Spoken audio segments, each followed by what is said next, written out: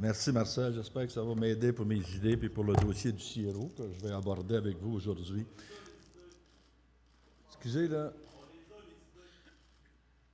là, si c'est pour être comme ça, Marcel, moi je veux pas... Regardez, je vous demanderai de permettre à M. Paradis de livrer son message. Il y aura une période de questions après, s'il vous plaît.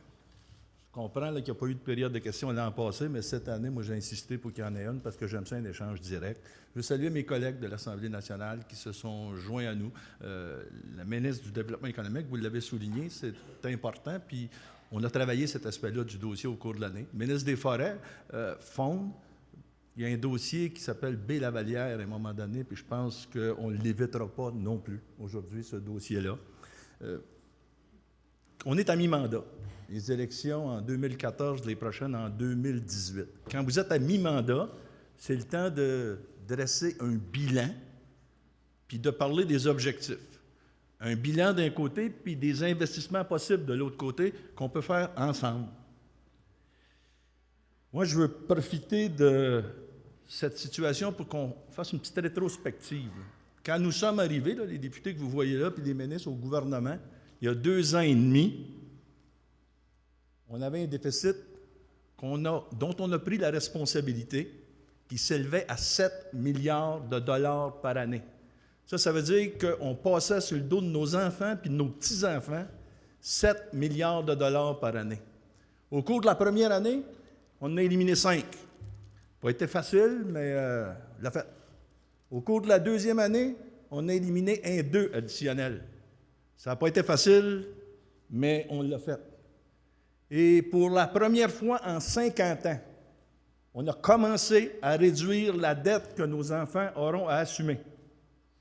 Mon agricole y a participé. Marcel y a fait mention. Il n'a pas été seul, là. Tous les ministres, tous les députés qui sont là y ont participé. L'ensemble de la population du Québec y a participé. Ça permet de faire quoi, ça, quand on atteint l'équilibre? Il y a une seule autre province là, qui l'a fait aussi, Colombie-Britannique et Québec. L'Ontario n'est pas là. Ça nous permet d'investir dans notre avenir individuel et dans notre avenir collectif. Ça nous permet d'investir en santé. Ça nous permet d'investir en éducation. Ça nous permet d'investir en économie, puis l'agroalimentaire est un secteur primordial en économie. Puis ça nous permet de rajuster notre système de taxation. On va abolir d'ici le prochain rendez-vous électoral la taxe sur la santé, de façon à ce que notre régime fiscal soit plus compétitif. Le ministère de l'Agriculture, dans tout ça, commandait un grand ménage. Moi, quand je suis arrivé ministre, c'est pas moi qui ai commandé le rapport, il avait été commandé du vérificateur général. Et vous savez ce que le vérificateur général a dit du ministère de l'Agriculture du Québec il y a 2 ans et demi? C'était le ministère le plus mal administré de tous les ministères du gouvernement du Québec, le ministère des Transports y inclus. Quand j'ai hérité du dossier de la financière agricole, je ne me suis pas retrouvé avec des surplus, là. Je me suis retrouvé avec un déficit accumulé de 1,5 milliard de dollars. Puis quand on parle de politique de souveraineté alimentaire du précédent gouvernement, là, je vais vous dire ce que Jean Garon a déclaré de cette politique. C'est une politique de colon, suivant Jean Garon. Qu'est-ce qu'on a fait au cours de ces 2 dernières années? Bien, le vérificateur général vient de redéposer à l'Assemblée nationale un nouveau rapport. Il souligne le travail exceptionnel qui a été accompli sur le plan administratif au ministère de l'Agriculture, des Pêcheries et de l'Alimentation. Au niveau de la financière agricole, le déficit de 1,5 milliard a été effacé. Non seulement il a été effacé, mais parce que les actuaires qui ont à cœur la solidité financière de vos entreprises nous ont recommandé de déposer 317 millions de dollars à la Caisse de dépôt en votre nom. On n'est pas rendu au bout du chemin, mais on est rendu à 170 millions qui a été déposé en cas qu'il arrive des choses qui sont arrivées comme en 2009-2010, où des producteurs efficaces ont été acculés à la faillite. Puis en ce qui concerne la politique bioalimentaire qu'on est en train de mettre sur place ensemble, moi je tiens à le souligner, l'UPA est là au rendez-vous des consommateurs. Puis l'UPA va être là au rendez-vous des transformateurs. Puis l'UPA va être là au niveau des producteurs. Parce qu'il faut le faire ensemble, cette politique bioalimentaire. Je tiens à remercier, parce que ce n'était pas facile à mettre ensemble, les consommateurs. Ils ne sont pas structurés, ils ne parlent pas d'une seule voix. Mais Ricardo a eu la générosité de nous laisser utiliser ces réseaux de contact avec les consommateurs, qui a fait en sorte que la première manche a été un succès. Je n'anticiperai pas sur les deux autres, mais c'est présidé généralement par des gens qui savent mettre les gens ensemble. L'année passée, moi, j'étais à votre congrès, et quelques jours après votre congrès, je me suis retrouvé sur le plancher du Salon Bleu à l'Assemblée nationale du Québec. Et là, on a procédé à l'adoption, à l'unanimité, tous partis politiques confondus, de la loi sur le bien-être animal. Vos animaux que vous aimez ne sont plus considérés comme des biens meubles. Ils sont considérés comme des êtres sensibles qui ont des impératifs biologiques.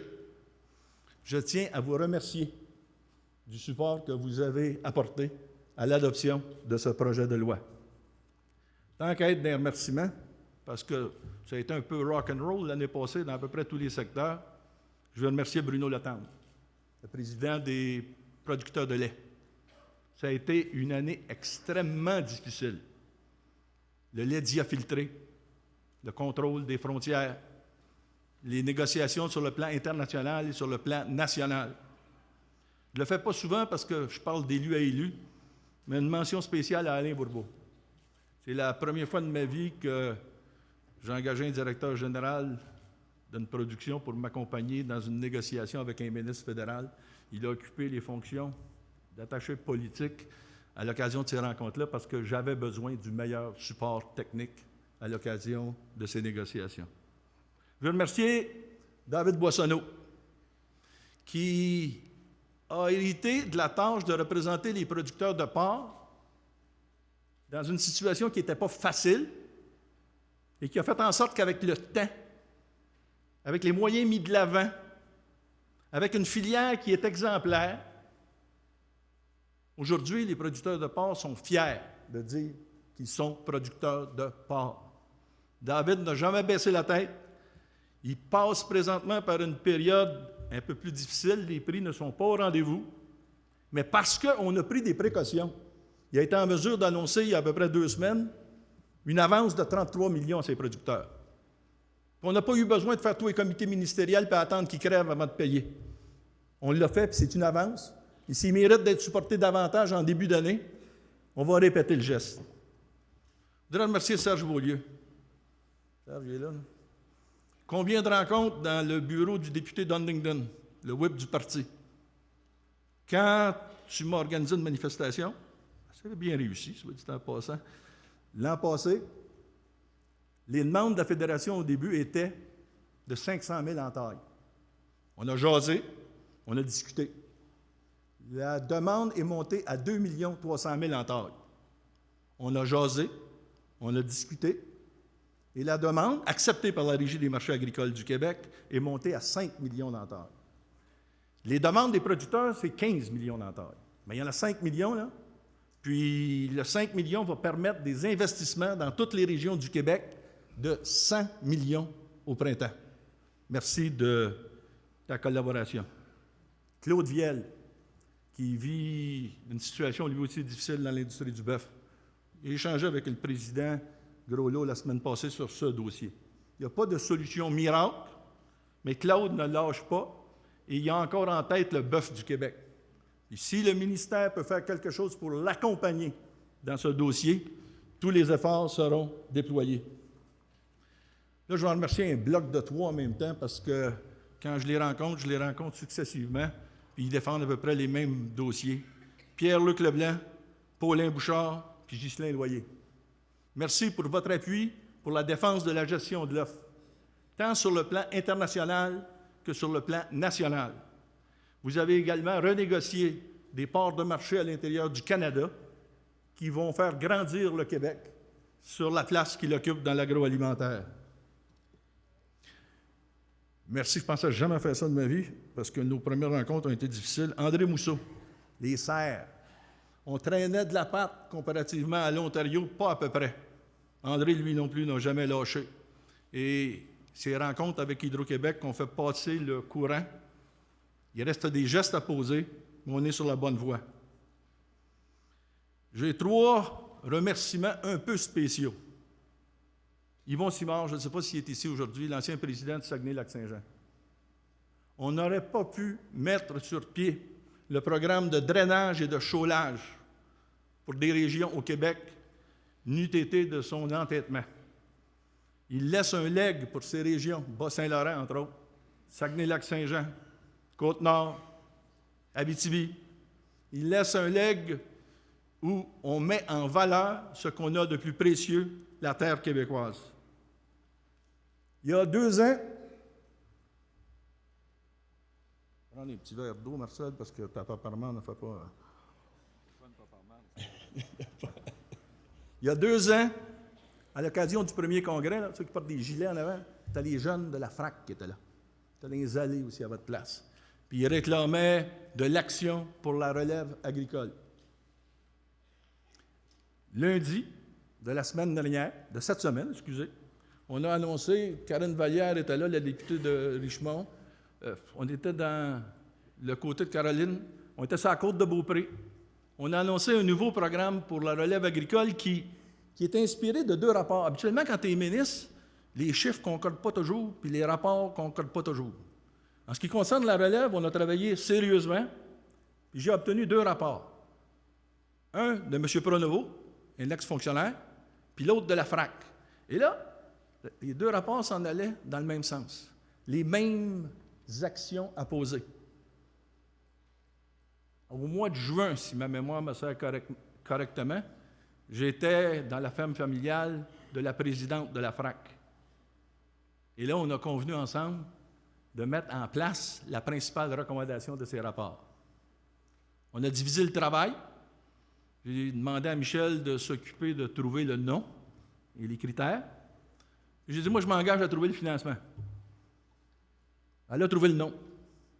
Le programme s'appelle Artère.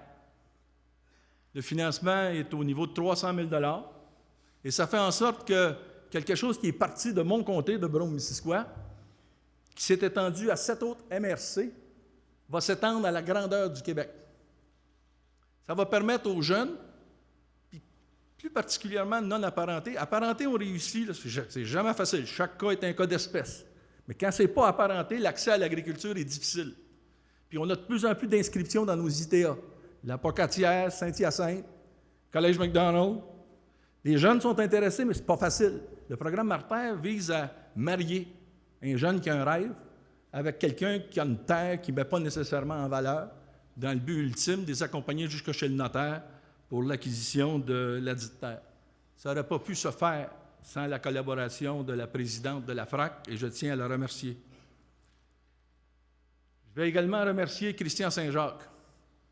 Moi, le premier dossier, la première ferme que j'ai visitée quand j'ai été nommé ministre de l'Agriculture, c'était à Baie-Lavallière, la ferme des Pauls. Puis la situation était assez drastique.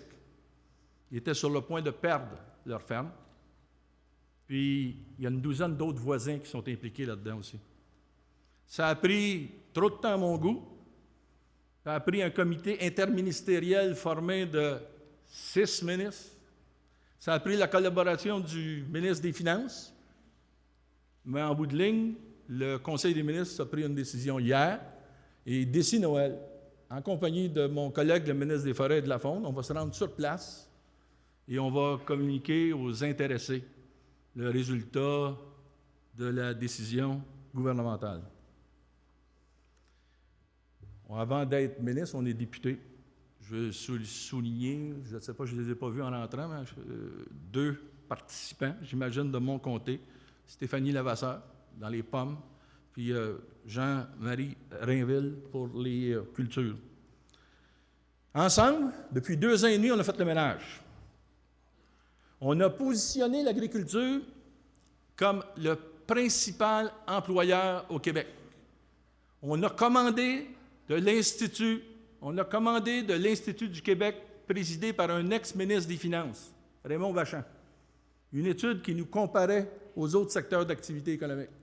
Je sais que Mme Anglade a pris connaissance de cette étude. Le secteur agroalimentaire est responsable de la création directe et indirecte et du maintien de 500 000 emplois dans toutes les régions du Québec. C'est plus important que l'aéronautique. C'est plus important que le pharmaceutique. C'est moins sexy, mais plus important que les jeux vidéo. Le ministre des Finances en est conscient. Quand il a prononcé son discours sur le budget au mois de mars dernier, le ministre des Finances s'attendait probablement à une demande de ce Congrès. Il a dit, et je le cite, parce que quand un ministre des Finances parle, s'engage plus le gouvernement, « D'autres initiatives de rénovation éco-responsables pourraient être développées, par exemple pour des bâtiments agricoles, dans le cadre d'une stratégie agroalimentaire. » Et je peux vous dire que depuis ce temps-là, il y a eu d'autres rencontres, il y a eu d'autres échanges, et que le premier ministre lui-même porte une attention particulière à ce dossier. Nous avons l'oreille du ministre des Finances, du président du Conseil du Trésor, de la ministre du Développement économique, de l'ensemble du Conseil des ministres. La table est mise.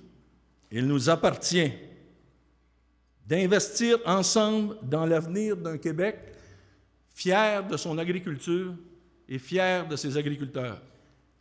Comme je l'ai mentionné l'an passé, il n'y a pas eu de période de questions. Cette année, il va en avoir une, mais j'ai l'impression que votre président m'en a posé 3.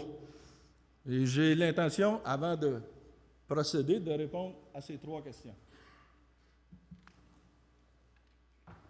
La première question traite du remboursement des taxes comme tel. Le gouvernement a annoncé dans son budget, dans le même budget, au mois de mars passé, que le dossier serait transféré du ministère de l'Agriculture, des Pêcheries et de l'Alimentation vers l'Agence du revenu. Ça a été annoncé au mois de mars. Les pourparlers, les échanges, la mécanique s'est engendrée. Présentement,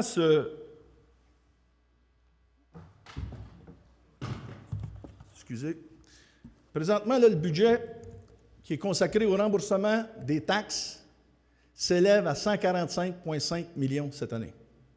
Sur les 3 prochaines années, vous en allez à 168 millions. C'est une augmentation de 5 % par année. Moi, quand j'ai obtenu ça là, de mon bon ami, j'espère qu'il va l'être encore, le ministre des Finances, le ministre de la Santé, il rêve de ça, lui, 5 % par année. Le ministre de l'Éducation, il rêve de ça. Puis je suis certain qu'il y a d'autres ministres ici, là, que si on leur annonçait qu'ils ont des augmentations de budget là, de 5 %, ils seraient pas mal contents.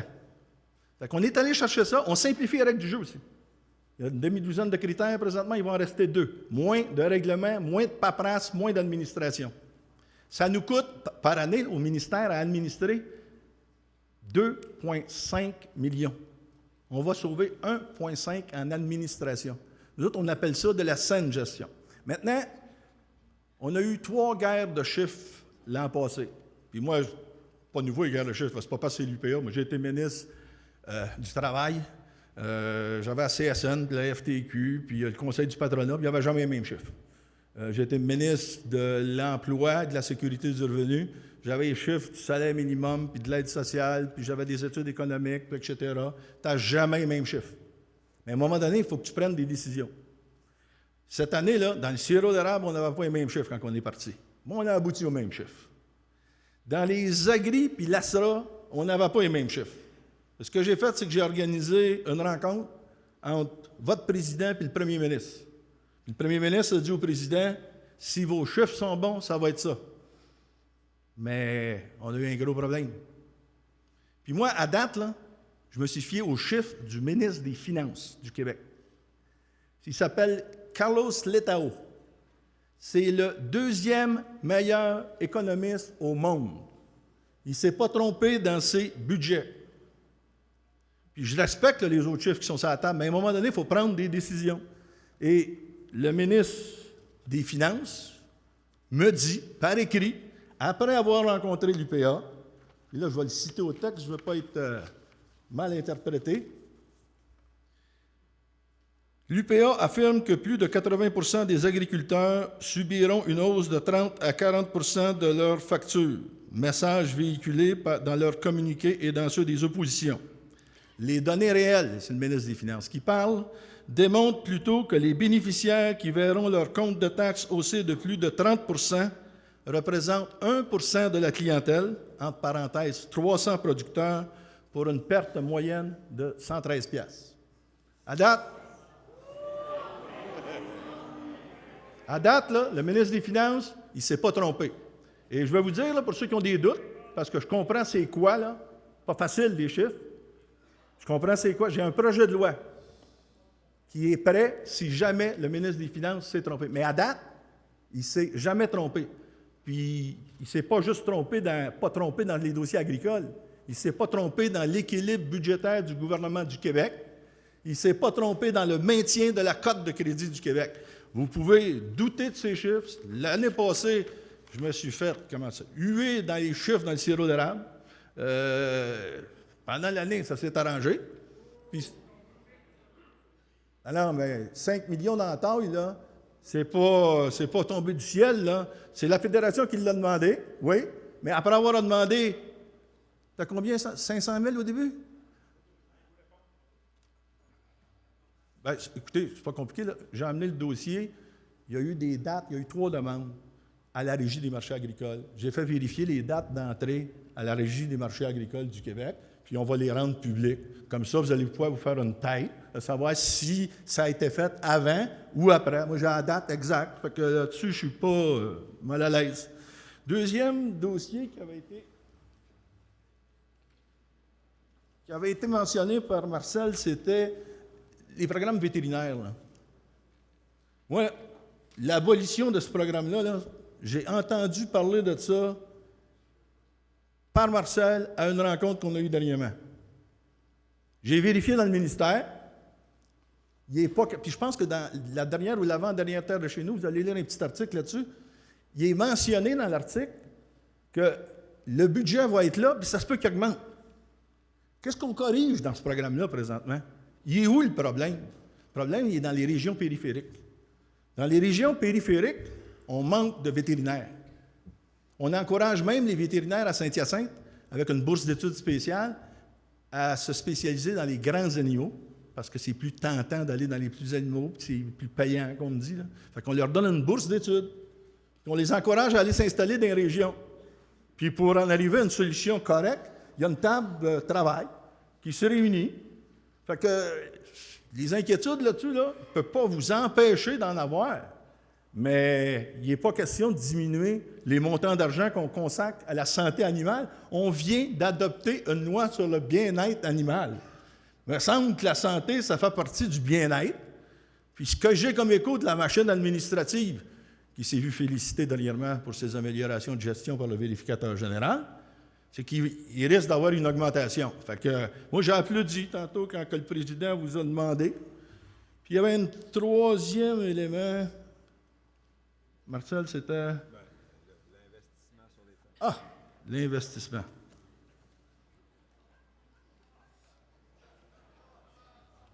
Non, mais, sérieusement, là, moi, il y a 2 systèmes, il y en a 3 finalement, mais le système de gestion de l'offre, il est en place, il fonctionne, puis si le fédéral fait sa job au niveau du contrôle des frontières, il est là pour longtemps. Puis ça couvre les producteurs laitiers, puis ça couvre les producteurs, moi j'appelle ça des plumes, là, poules, dindons, poulets, etc. 40 % de la production agricole au Québec. Il y a un autre 60 % qui est soit agri, soit ASRA comme tel. Puis, moi, quand je rencontre les producteurs puis je fais le tour, ils me disent, M. Paradis, nous autres, là, si on peut s'en passer de votre chèque de l'ASRA puis aller chercher notre argent sur la valeur de notre produit, on aime bien mieux ça que de recevoir un chèque du gouvernement. Bien, devinez quoi? Dans les 2 dernières années, c'est ce qui est arrivé. Le consommateur a payé le prix qu'il devait payer, puis le producteur a reçu le prix qu'il méritait de recevoir, ce qui a permis d'équilibrer les finances de la financière agricole. Cette année, ce n'est pas le cas dans certaines productions. Et parce qu'on a été prudent, bien, on a pu faire une avance aux producteurs de porc, puis on va en faire dans d'autres productions si le besoin se fait sentir. Maintenant, moi, j'ai demandé, et là, je ne sais pas vérifier pour les finances, fait que je vais l'envoyer aux finances. J'ai demandé à mes fonctionnaires, on a des départements économiques, parce que je le savais qu'ils étaient pour me dire l'Ontario a reçu plus d'argent qu'au Québec. Mais là, ce que mes fonctionnaires me disent, puis je vais le faire vérifier par M. Letao aux finances, en moyenne, au cours de 2010 à 2015, le Québec a accordé près de 800 millions annuellement en soutien pour la gestion des risques et autres interventions, comparativement à près de 530 millions pour l'Ontario.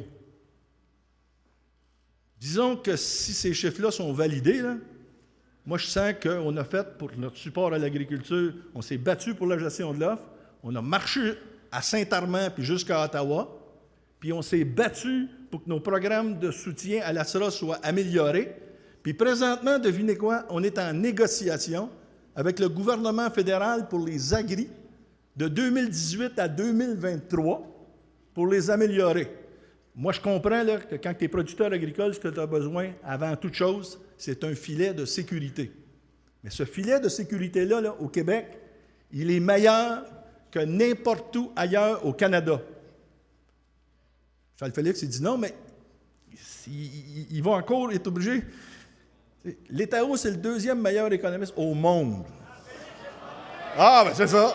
Vous l'avez. Si Charles Félix est le premier, là, moi j'ai un problème, je vais prendre les chiffres à Charles Félix, mais en attendant, envoyez-moi ça par écrit, là, que c'est le premier au monde, sérieusement. Il est bon, mais premier au monde, là, je pense pas qu'il a passé en avant de M. Letao.